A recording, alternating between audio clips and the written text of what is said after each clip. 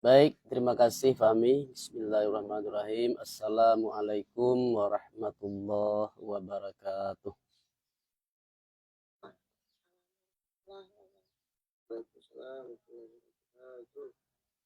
Alhamdulillah. Alhamdulillahilladzi hadana lihadza wa ma kunna linahtadiya laula an hadanallah. Ashhadu an la ilaha illallah wahdahu la syarika lah wa ashhadu anna Muhammadan abduhu wa rasuluh.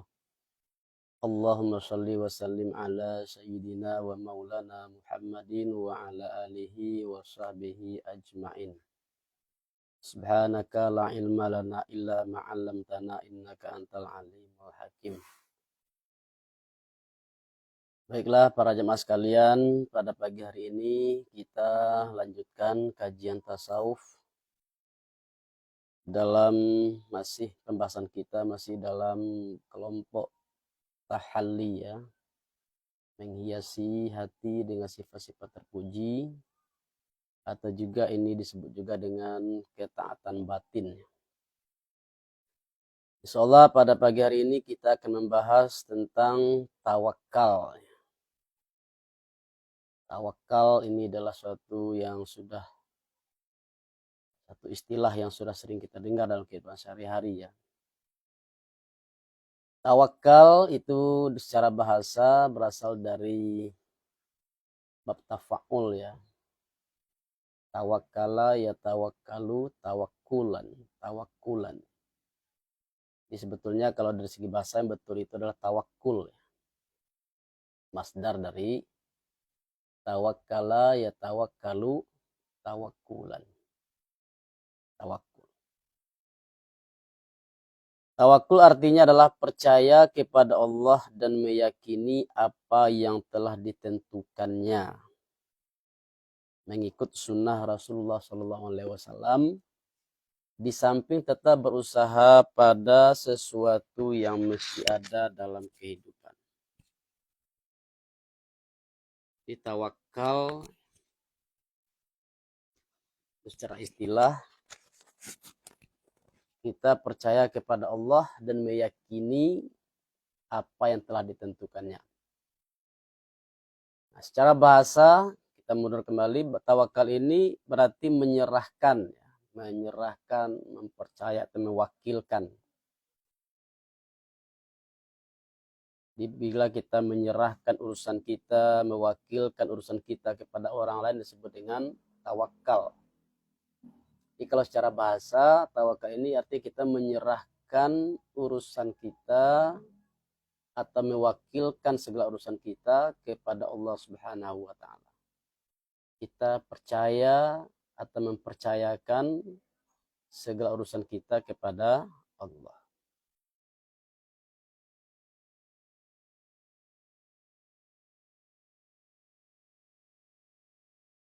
Berikutnya adalah kelebihan dari tawakal. Yang pertama, kelebihan tawakal ini adalah orang yang tawakal adalah orang yang dicintai oleh Allah Subhanahu wa taala. A'udzubillahi minasyaitonirrajim. Innallaha yuhibbul mutawakkilin. Sesungguhnya Allah mencintai orang-orang yang bertawakal. Ini jelas ya, Allah suka orang yang bertawakal itu. Yang kedua, tawakal ini adalah tanda keimanan seseorang. Wa 'alallahi falyatawakkalu in kuntum mu'minin. Dan kepada Allah juga hendaklah kamu bertawakal, berserah diri jika kamu benar-benar beriman. Jadi Allah katakan jika kamu benar-benar beriman, maka bertawakallah kepada Allah. Wa 'alallahi falyatawakkalul mutawakkilun. Dan kepada Allah hendaklah berserah diri orang-orang yang mau berserah diri. Yang ketiga, orang yang bertawakal ini akan dicukupkan rezekinya oleh Allah Subhanahu wa taala. Wa may yatawakkal 'alallahi wa huwa hasbuh. Siapa yang berserah diri kepada Allah, maka Allah cukup. Maka Allah cukup baginya. Di Allah sudah menjamin itu orang yang berserah diri kepada Allah, yang bertawakal kepada Allah, maka Allah akan mencukupkan segala kebutuhan hidupnya.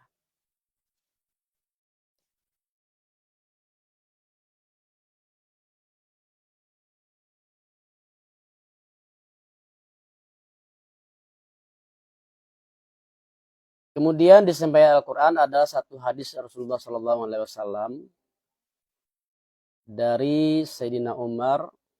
Ia berkata, ia mendengar Rasulullah SAW bersabda, "Lau annakum tatawakkaluna 'alallahi haqqa tawakkulih la razaqakum kama yarzuqu tayra taghdu khimasaw wa taruhu bitana."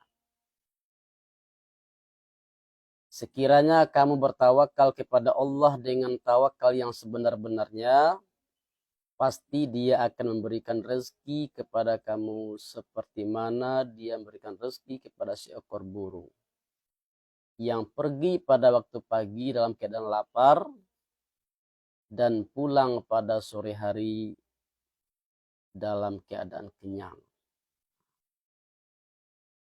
Jadi begitulah Rasulullah SAW mengumpamakan, ya, menganalogikan seseorang yang bertawakal kepada Allah dalam masalah rezeki.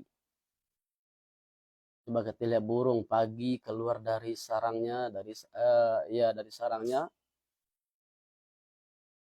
dengan apa? Keadaan lapar, dalam keadaan tembulu yang kosong, ya. Tapi sore hari ketika dia ingin kembali lagi ke tempat istirahatnya, burung ini sudah kenyang. Jadi burung yang makhluk yang lemah dari manusia, itu Allah jamin rezekinya. Nah, begitulah orang yang bertawakal kepada Allah Subhanahu wa taala. Kemudian yang kelima, balasan orang yang bertawakal itu adalah masuk surga tanpa hisab. Kita mungkin pernah mendengar bahwa ada 70.000 orang masuk surga tanpa hisab. Nah, di antara 70.000 itu adalah orang-orang yang bertawakal kepada Allah Subhanahu wa taala. Masyiral muslimin, jamaah sekalian, tawakal ini ada memiliki 3 rukun, ya. Rukun yang pertama adalah tauhid. Tawakal ini dasarnya adalah tauhid. Kenapa kita bertawakal kepada Allah? Ya tentu karena kita meyakini bahwa Allah adalah satu-satunya penguasa di alam semesta ini. Jika kita benar-benar beriman, jika kita benar-benar bertauhid, kita akan meyakini, menyadari, menghayati bahwa di alam semesta ini yang betul-betul berkuasa hanya Allah. Kalaupun ada yang berkuasa selain Allah, itu boleh kita katakan bukan berkuasa dalam pengertian hakikat. Seperti di negara kita ada penguasa, ya, presiden. Di tingkat provinsi ada lagi yang berkuasa. Sampai ke tingkat desa, tingkat kelurahan. Itu penguasa dalam arti apa? Itu hanya penguasa dalam arti pemimpin.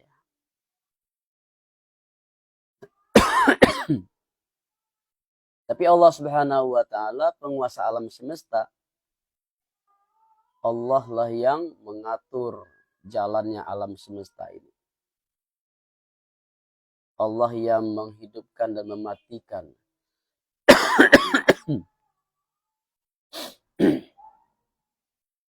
Allah yang menumbuhkan tumbuh-tumbuhan. Allah yang menentukan keselamatan atau bencana. Di bagaimanapun kita mengatakan kita manusia ini penguasa di bumi, tapi kalau Allah ingin memberi musibah misalnya,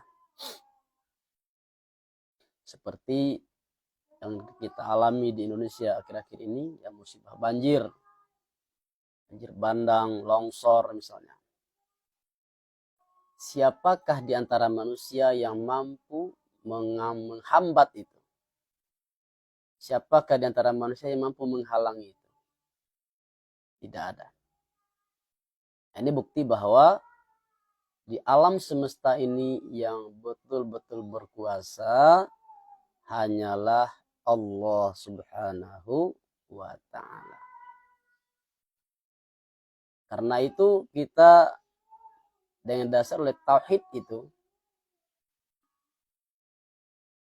ketergantungan alam ini kepada Allah, termasuk diri kita ini setiap detik, setiap saat ini bergantung kepada Allah. Maka karena itu kita mesti bertawakal kepada Allah. Kita berserah diri kepada Allah.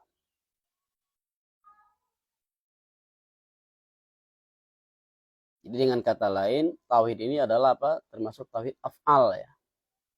Bahwa pada hakikatnya di alam semesta ini hanya Allah yang berfi'il. Allah yang menciptakan segala sesuatu yang terjadi di alam ini.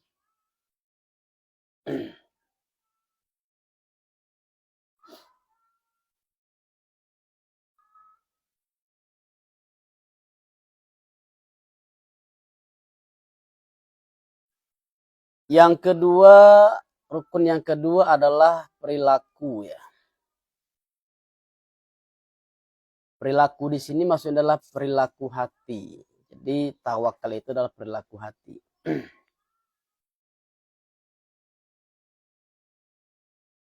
Apa yang dimaksud dengan perilaku hati di sini? Kita percaya kepada Allah, kita tenang dengan menyerahkan segala urusan kepadanya dan tidak berpaling kepada selain Allah Subhanahu wa ta'ala. Jadi ini yang disebut dengan perilaku hati. Tawakal itu adalah perilaku hati, bukan perilaku anggota tubuh.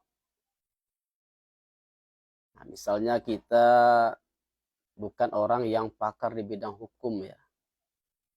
Ketika kita ada masalah, maka kita mencari seorang pengacara untuk membantu kita dalam menyelesaikan masalah hukum yang kita hadapi. Nah, seorang pengacara ini tentu orang yang ahli, yang pakar di bidang hukum. Karena itu kita percaya kepada orang tersebut. Di hati kita ini ada satu kepercayaan penuh kepada pengacara tersebut. Kenapa? Karena memang dia adalah orang yang pakar di bidang hukum. Kita percaya. Dan karena itu kita percayakan urusan kita kepada orang tersebut. Kita merasa tenang. Kita merasa yakin bahwa urusan kita ini insya Allah akan bisa diurus oleh pengacara tersebut. Jadi begitulah kita tawakal kepada Allah seperti itu. Kita sudah tidak minta bantuan lagi kepada pengacara yang lain. Kalau kita sudah percaya kepada satu orang pengacara. Jadi bila kita sudah menyerahkan urusan kita kepada Allah, kita bertawakal kepada Allah, maka dalam hati kita tidak lagi menyerahkan urusan kita kepada selain Allah. Karena selain Allah itu adalah makhluk sama seperti kita.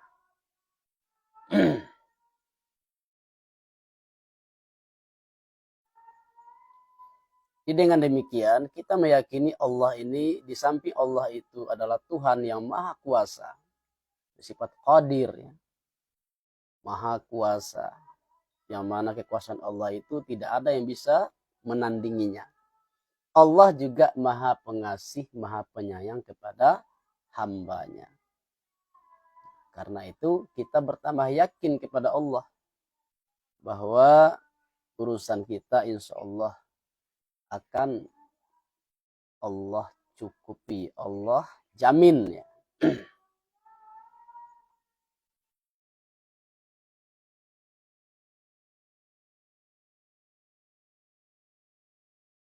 Kita sebutkan, kita bacakan sebuah pernyataan dari Imam Al-Haddad.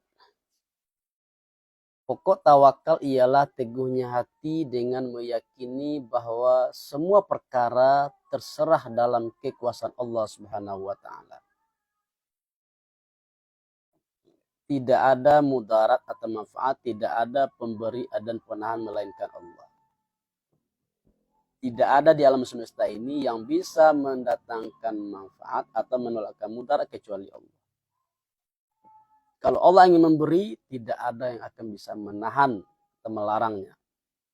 Kalau Allah ingin menahan, tidak ada yang bisa memberi. Ini disebut dengan Allahumma la mani'a lima a'taita wa la mu'tiya lima mana'ta. Kemudian hendaklah hati itu berasa aman dan bertenang kepada janji-janji Allah Subhanahu wa taala dan jaminannya, sehingga dia tidak berasa gentar dan bergoncang ketika ditimpa kesusahan atau kecelakaan. Dan sehingga dia tidak merasa takut dan bimbang. Malah segala urusan dan hal ihwalnya yang penting atau yang tidak penting, semuanya dikembalikan dan diserahkan kepada Allah semata. Kalaupun ada yang dipergantungkan kepada manusia, maka yang demikian itu hanya pada lahirnya saja, tidak menyentuh batinnya. Dan hal itu akan berlaku sesuai dengan petunjuk perintah Allah Subhanahu wa taala sebagaimana yang ditentukan oleh syariah. Jadi inilah hakikat tawakal menurut Imam Al-Haddad. Ma'asyiral muslimin rahimakumullah. Mungkin ada orang yang salah paham dengan tawakal ini ya. Tawakal bukan berarti kita menafikan usaha secara lahiriah. Allah Subhanahu wa taala di samping memerintahkan kita untuk tawakal, juga memerintahkan kita untuk berusaha. Tidak boleh berpangku tangan. Jadi secara zahirnya kita tetap rajin berusaha, kita tetap giat, sungguh-sungguh. Tetapi kita berkeyakinan bukan usaha kita ini yang mendatangkan hasil. Yang mendatangkan hasil itu tetap ketentuan Allah Subhanahu wa taala. Kita hanya berikhtiar, kita hanya berusaha. Keberhasilan itu adalah anugerah Allah Subhanahu wa taala. Jadi karena itulah kita bertawakal. Karena usaha kita ini secara hakikat tidaklah memberi bekas. Usaha kita ini hanyalah sebagai wasilah. Apa disebut dengan sebab yang adi, sebab secara zahir. Untuk kita bisa berhasil. Makanya Allah Subhanahu wa taala berfirman, "Fa iza azamta fatawakkal 'alallah." Apabila kita sudah bertekad atau kita bercita-cita, memutuskan satu cita-cita, maka bertawakallah kepada Allah. Ada satu cerita juga ketika seorang sahabat datang ya, ke masjid dengan membawa keledai ya. Nah, kemudian keledai ini sampainya di masjid tidak diikatkan. Lalu Nabi bertanya, kenapa tidak diikatkan keledainya? Sahabat ini bertanya, saya hanya bertawakal kepada Allah. Lalu Nabi mengatakan, ikatlah keledaimu, kemudian baru bertawakal. Di artinya kita harus maksimal usaha dulu, baru kita bertawakal. Tanpa usaha, tanpa ikhtiar, itu adalah tawakal yang salah. Ini salah kaprah dalam tawakal. Jadi begitulah cara kita bertawakal yang benar ya. Jangan kita benturkan antara usaha dengan tawakal. Karena tawakal itu adalah amalan hati, perilaku hati, bukan amalan anggota tubuh. Jadi tidak boleh kita benturkan. Ini yang mungkin ya bagi orang-orang yang malas ya, tawakal dijadikan sebagai alasan. Kita tawakal aja. Tidak bisa seperti itu. Karena walaupun kita percaya kepada takdir, maka Allah juga mentakdirkan kita berhasil itu. Kadang-kadang ya kebanyakannya keberhasilan itu kita dapatkan setelah kita berusaha, setelah kita berikhtiar. Inilah keyakinan dari Ahlussunnah wal Jamaah bahwa ikhtiar itu sebetulnya tidaklah menyebabkan kita berhasil. Ikhtiar itu hanyalah sebagai wasilah kita menjemput keberhasilan. Keberhasilan itu adalah murni anugerah Allah Subhanahu wa ta'ala.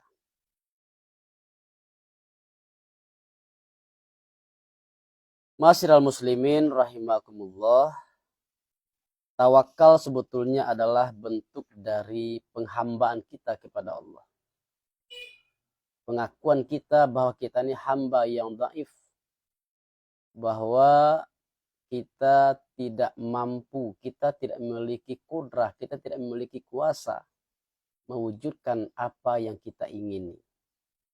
Bahwa kita selalu bergantung kepada Allah sebagai sang khalik, sebagai pencipta. Apa yang kita inginkan, apa hajat kita, termasuk rezeki kita, semua itu adalah murni pemberian dari Allah Subhanahu wa ta'ala. Jadi tawakal ini adalah berkaitan dengan keimanan seperti saya katakan tadi. Yang kedua juga berkaitan dengan sikap tawadu, sikap rendah hati kita sebagai hamba. Bahwa kita dalam hidup ini tidak bisa mewujudkan semua keinginan kita. Kita tidak bisa mencukupkan semua kebutuhan kita. Kita tidak bisa menjadi makhluk yang mandiri, yang lepas dari Allah. Jadi kita ini secara hakikat dalam tasawuf itu adalah al-faqir. Apa itu al-faqir? Orang yang selalu membutuhkan. Orang yang selalu membutuhkan.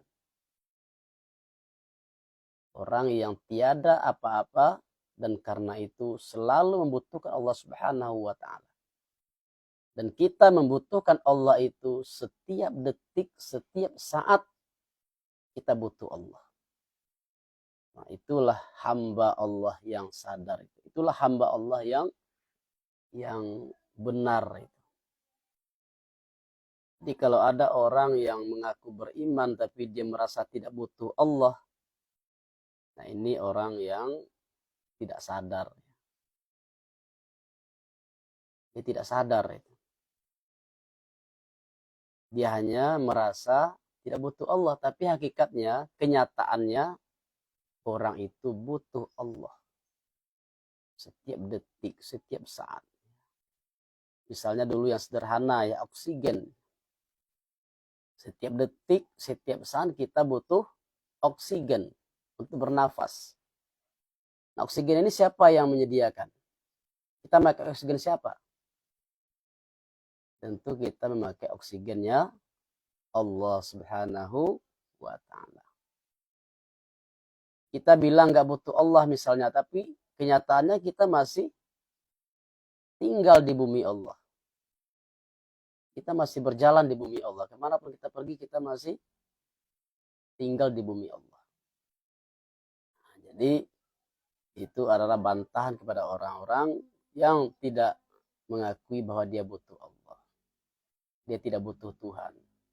Walaupun manusia itu mengatakan dia tidak butuh Allah, walaupun dia tidak menyadari itu, tetapi hakikatnya manusia itu adalah makhluk yang setiap detik, setiap saat dia butuh Allah. Dia tergantung kepada Allah.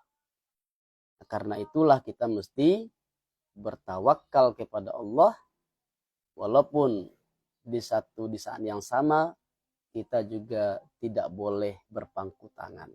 Tetap usaha maksimal. Usaha maksimal terlebih dahulu, setelah itu kita bertawakal kepada Allah. Kita berserah diri kepada Allah. Kita menyatakan bahwa saya sudah berusaha secara maksimal ya Allah, tetapi berhasil atau tidak itu adalah ikut ketentuan-Mu ya Allah. Nah, itulah hakikat dari tawakal yang benar seperti itu.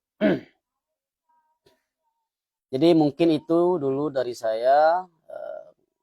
Mungkin setelah ini jika ada pertanyaan kita boleh diskusi ya.